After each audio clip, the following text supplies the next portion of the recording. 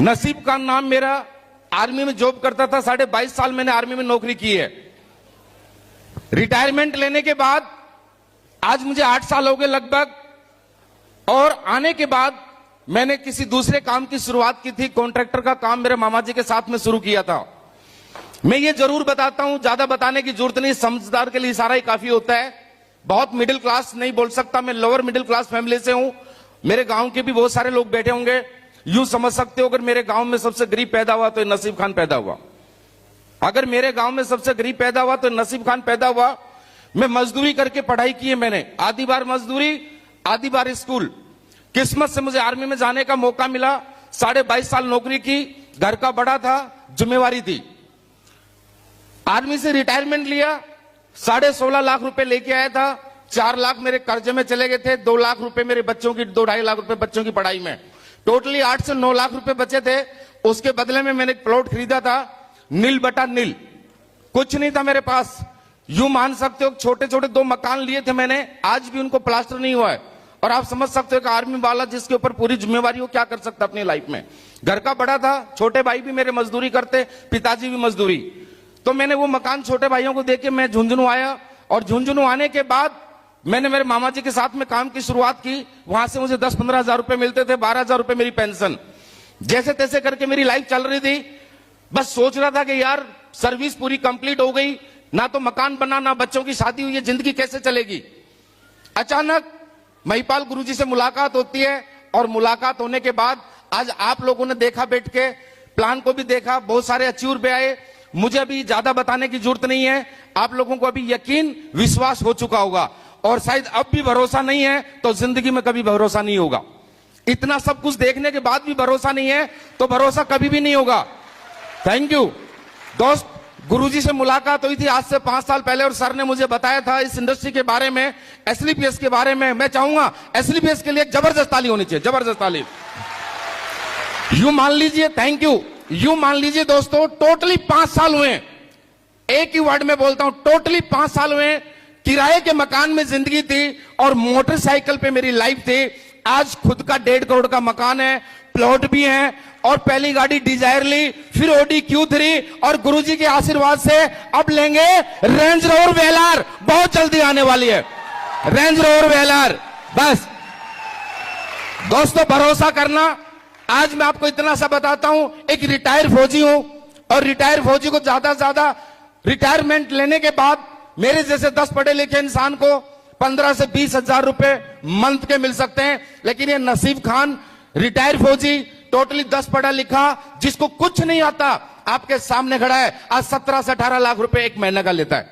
17 से 18 लाख रुपए per month लेता है, और 5 साल हुए। इस 5 साल में टोटल अचीवमेंट की बात करता हूं तो दोस्त लगभग 6 करोड़ के नजदीक पहुंच चुका हूं, 6 करोड़ के 5 साल के अंदर। और यकीन मानना, बस यूं मान लीजिए, आज से 3 महीने पहले मैं इस कंपनी का रॉयल डायमंड बना था। सिंगल वीक का 60 लाख रुपए का चेक आया, और ये हमारा कमिटमेंट है, अगला 3 महीने के अंदर इस कंपनी के क्राउन डायमंड बनेंगे, क्राउन डायमंड।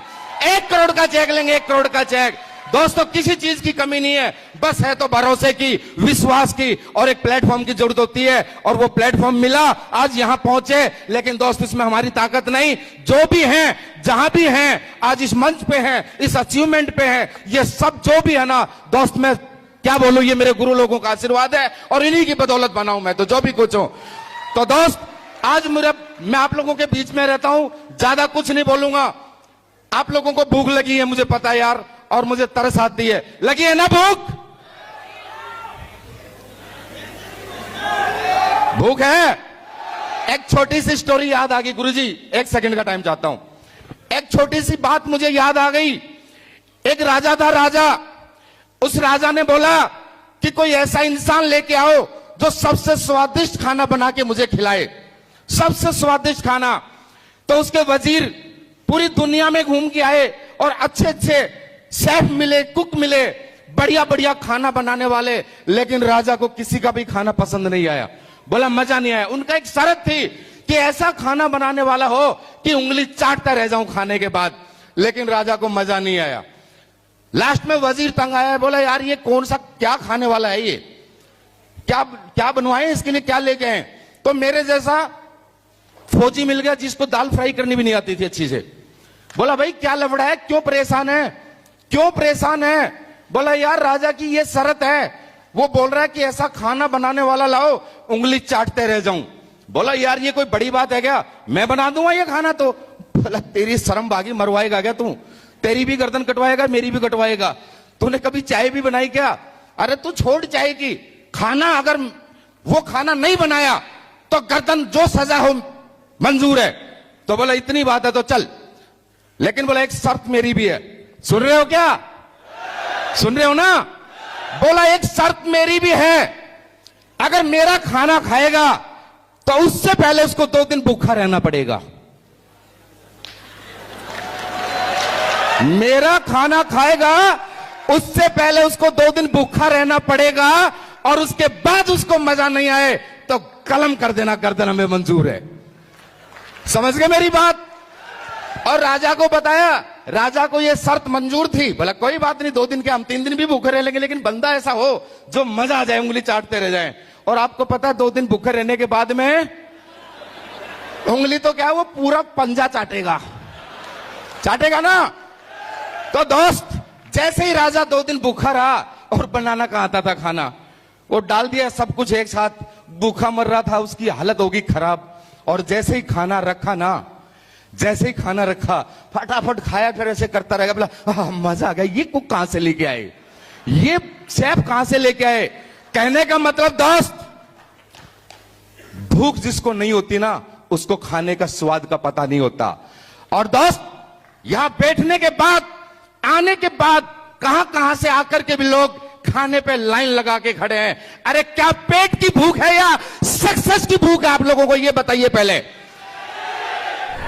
एक्चुअली जिस कंपनी में काम करते हैं उसका नाम है SDPS वेलनेस प्राइवेट लिमिटेड, जो कि आयुर्वेदिक प्रोडक्ट बनाती है और उनको बेचती है।